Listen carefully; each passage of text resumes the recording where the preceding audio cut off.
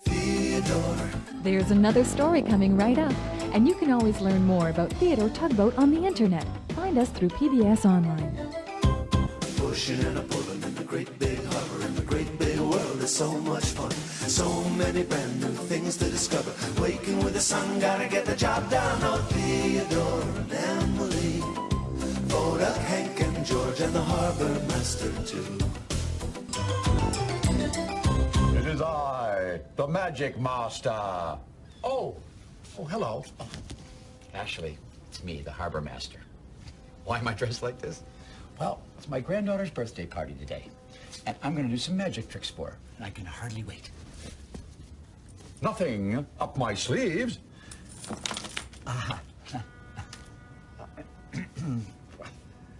There's not supposed to be anything up my sleeves.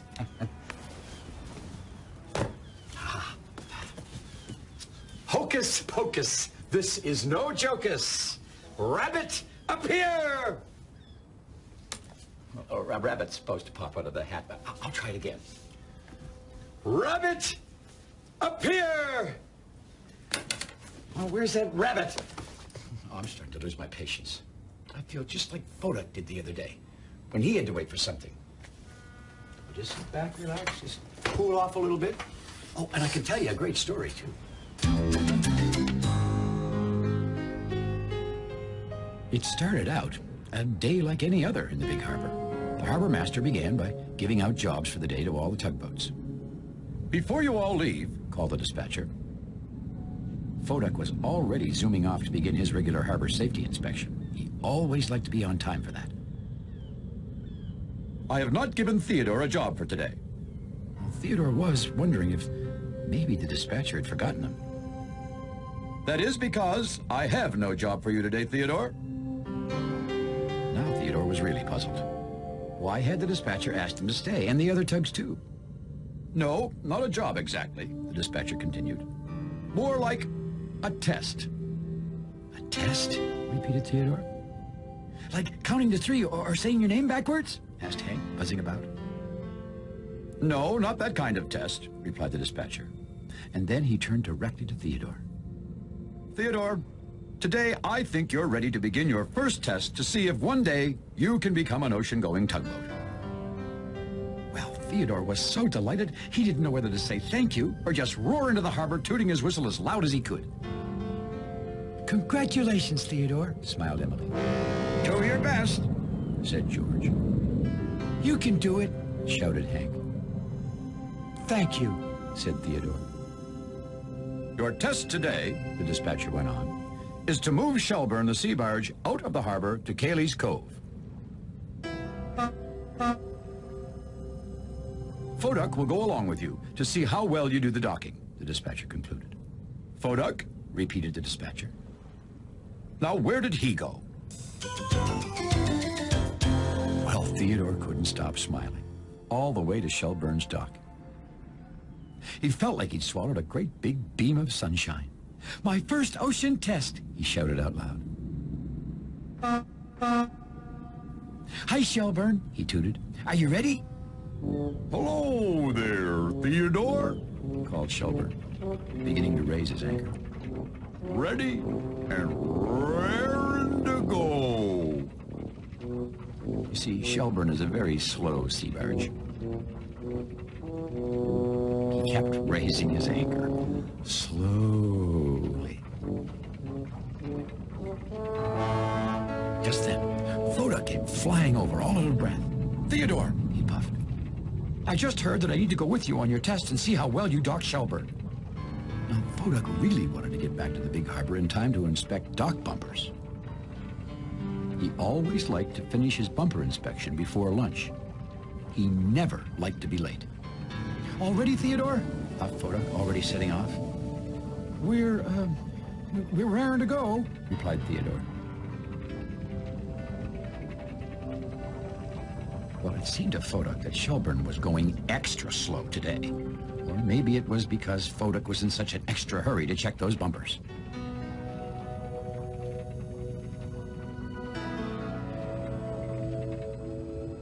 Finally, Shelburne finished raising his anchor, and Theodore began to pull him out of the harbor. Now he was a very busy day. There were ships sailing back and forth.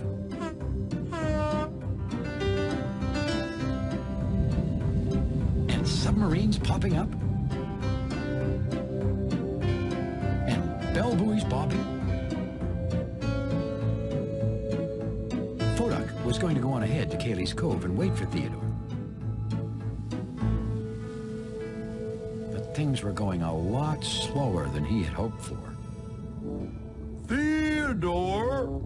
Called Shelburne, slowing down. Yes, Shelburne, answered Theodore. Isn't it a beautiful day?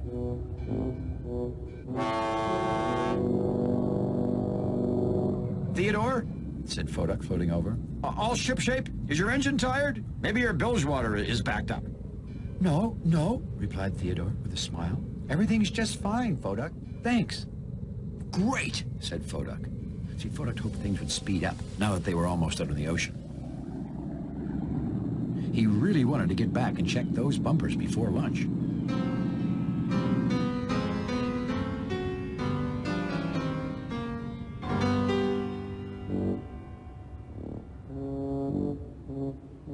Theodore! Called Shelburne, slowing down. Yes, Shelburne, replied Theodore. Not again. Groaned Foduck. This is taking forever. I really can't remember such a beautiful day. Can you? Said Shelburne. Well, just think how nice it'll be when you get to your dock, called Foduck. A watch barge never docks. It was Fundy, the little fishing boat who lived out near the ocean. Now, Fundy always says, well, strange things. A watched barge never docks, Theodore repeated. I wonder what Fundy means today.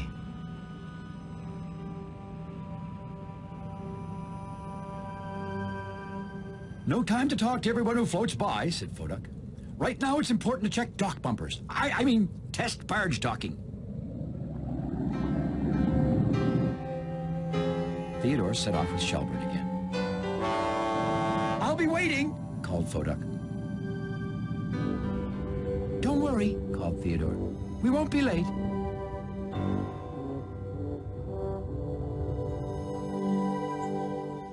As soon as Foduck arrived at Cayley's Cove, he turned and scanned the ocean for the first sight of Theodore. What are you looking for? Said a small voice. It was Dorothy, the cheery fishing dory who lived in the cove. Theodore, replied Foduck. Theodore Tugboat. Oh, I love Theodore, shouted Dorothy. When is he coming? He should be coming round that bend very soon, replied Foduck, and he began to scan the water again. Wow, chirped Dorothy. I can't wait. Neither can I, fumed Foduck. Theodore, just look at those beautiful clouds. So slow and puffy.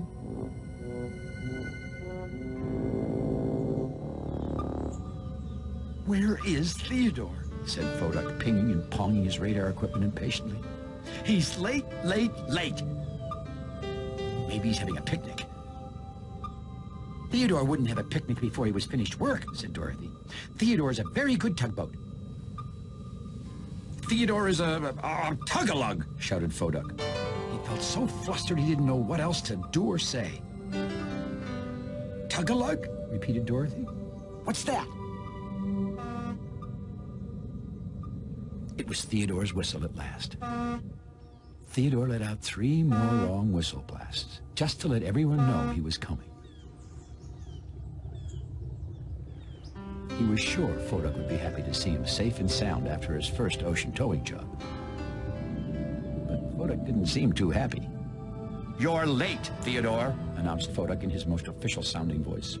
You will have to dock Shelburne extra fast to pass your test. Okay, said Theodore. Well, Theodore tried to dock that jumbo barge as quick as he could.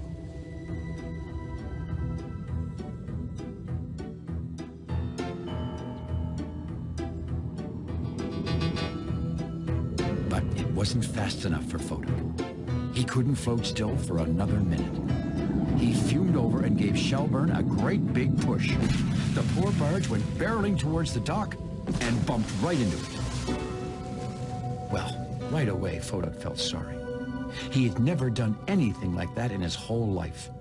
He was so surprised at himself, he couldn't think of anything to say. "Hi, Theodore." It was Dorothy. "Oh, hi, Dorothy," said Theodore in a very quiet voice. "What'd you do today?" asked Dorothy. "Moved a barge. Failed my first ocean test," replied Theodore sadly. "Oh," said Dorothy. "Well, I learned a new word," she piped, trying to cheer Theodore up. "Really?" said Theodore politely. "Tug-a-lug," continued Dorothy. "Tug-a-lug?" repeated Theodore. "Who said that?" Well, now Foduck knew it was time to say something. "Theodore," he began, "I called you a tug-a-lug. I'm sorry. And I'm really sorry I ruined your docking. I was in a big rush because I wanted to get back to the harbor. Maybe you should try and dock Shelburne again." Now, Theodore really wanted to do a good job docking Shelburne, but somehow, as he began to move him again, the big barge seemed even bigger and slower than ever. And Theodore could feel Foduck watching and waiting. Foduck could see his friend was having some trouble, and right then he remembered Fundy's words. A watched barge never docks. "Theodore," Foduck said gently. "Yes, Foduck?" said Theodore.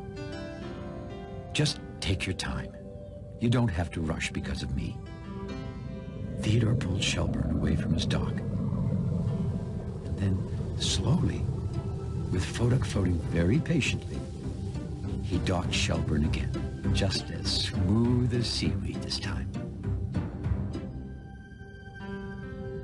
"Hooray!" shouted Dorothy.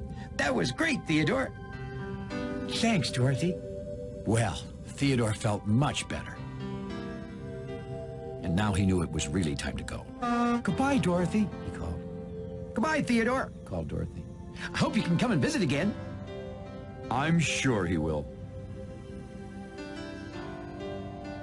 Ocean tugs come out here all the time. "Me? An ocean tug?" repeated Theodore. One day, Theodore, smiled Foduck. Congratulations.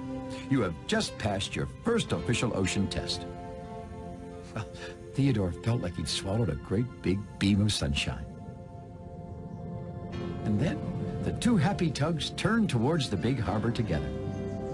Thanks, fellas, called Shelburne. That was beautiful. But maybe next time you don't have to go so slow.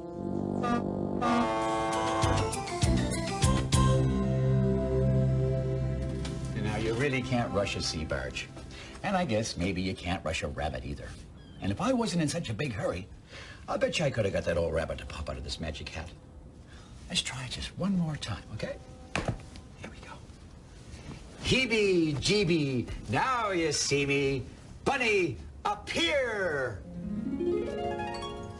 Am I a magician or what? Thanks for visiting with us here in the Big Harbor, and we'll see you all again next time. Now, where's that bunny? Theodore, he's a tugboat and a friendly tugboat too. A friendly tugboat too. Oh, Theodore and Emily, Foduck, Hank and George and the harbor master too.